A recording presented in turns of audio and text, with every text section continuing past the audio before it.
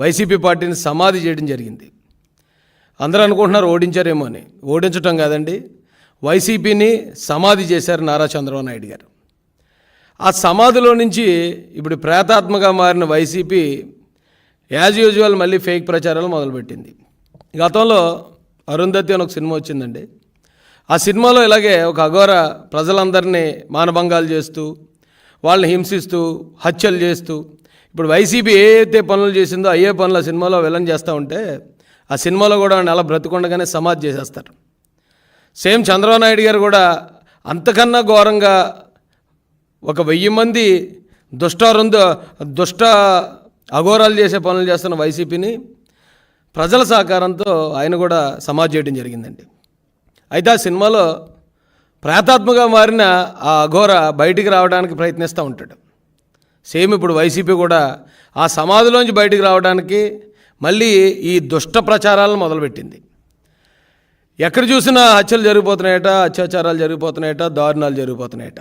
ఇప్పుడు అదే ప్రచారం చేస్తున్నారు. నారా చంద్రబాబు నాయుడు గారు ఈ వైసీపీ ప్రభుత్వాన్ని సమాధి చేసిన తర్వాత ఈ రాష్ట్రంలో ఉన్న ప్రజలు స్వేచ్ఛా వాయువులు పీల్చుకున్నారండి. అప్పటి వరకు ఎవరైనా మాట్లాడుకోవాలన్నా సరే మామూలు ఫోన్ కాల్స్ కూడా మాట్లాడుకోవడానికి భయపడే పరిస్థితి. కేవలం వాట్సాప్ కాల్స్ మాత్రమే మాట్లాడుకునేవారు. ఈ ప్రభుత్వం అంత దారుణంగా ఇక్కడ ప్రజలను బెదిరించి భయభ్రాంతులకు గురి చేసింది. కానీ చంద్రబాబు నాయుడు గారు ఎప్పుడైతే ఆయన ముఖ్యమంత్రిగా బాధ్యతలు చేపట్టారో మహానుభావుడు, ఇక్కడ ఈ రాష్ట్రంలో ప్రజలందరూ స్వేచ్ఛా వాయువులు పీలుస్తున్నారండి. ఈ రాష్ట్రంలో ఉన్న యువతకే కొత్త భవిష్యత్తు మీద కొత్త ఆశలు చిగురించాయి. ఒక పక్కన పోలవరం నిర్మాణం ఊపందుకుంది, మరో పక్కన రాజధాని నిర్మాణం జరుగుతుంది, ఇంకొక పక్కన స్టీల్ ప్లాంట్ని మేము ప్రైవేటీకరణ చేయట్లేదు, దానికి మేము మైన్స్ కూడా కేటాయిస్తామని కేంద్ర మంత్రులే వారు వచ్చి స్టేట్మెంట్లు ఇస్తున్నారు. ఈ రాష్ట్రం ఇప్పుడు బాగుపడే పరిస్థితి, అభివృద్ధిలోకి వెళ్ళే పరిస్థితిలో ఉంటే మళ్ళీ ఎలాగైనా దీన్ని అభివృద్ధిని నాశనం చేయాలని ఆ సమాధిలో ఉన్న వైసీపీ భూతం మళ్ళీ తప్పుడు ప్రచారాలు. మీకు గుర్తుందో లేదో, కోడికత్తి అని ఒక డ్రామా ఎవరో కుర్రోడు జగన్మోహన్ రెడ్డిని గీసాడట. ఆ కుర్రోడు వెళ్ళి ఒక టీడీపీకి సంబంధించిన నాయకుడి రెస్టారెంట్లో పనిచేస్తున్నాడట. కాబట్టి ఇది చంద్రబాబు నాయుడు గారే చేయించారని చెప్పి తప్పుడు ప్రచారం చేసి బోల్తా కొట్టిన దొంగలు వెళ్ళు. అలాగే సొంత బాబాయిని గొడ్డలతో వాళ్లే నరికేసుకుని, లేదు చంద్రబాబు నాయుడు గారే కత్తించుకుని నరికేశారని ప్రచారం చేసిన దొంగ బడవలు వెళ్ళు. అందుకే కదండి ఈ రోజున రాష్ట్రంలో వీళ్ళని 11కి పరిమితం చేసి మూలన కూర్చోబెట్టినా ఇంకా వీళ్ళ బుద్ధి మారలేదు. ఇక్కడ హత్యలు జరిగిపోతున్నాయట. ఎలా అంటే యాక్సిడెంట్లో ఒక ఆయన చనిపోతాడు. దానికి కారణం టీడీపీ చేసిన హత్య అని ప్రచారం చేస్తున్నారు. ఎలాగరా టీడీపీ చేసిన హత్య అంటే ఆయన బండి వేసుకుని వెళ్తూ అక్కడ పడిపోయి డివైడర్ని తలకొట్టుకుని చచ్చిపోయాడు.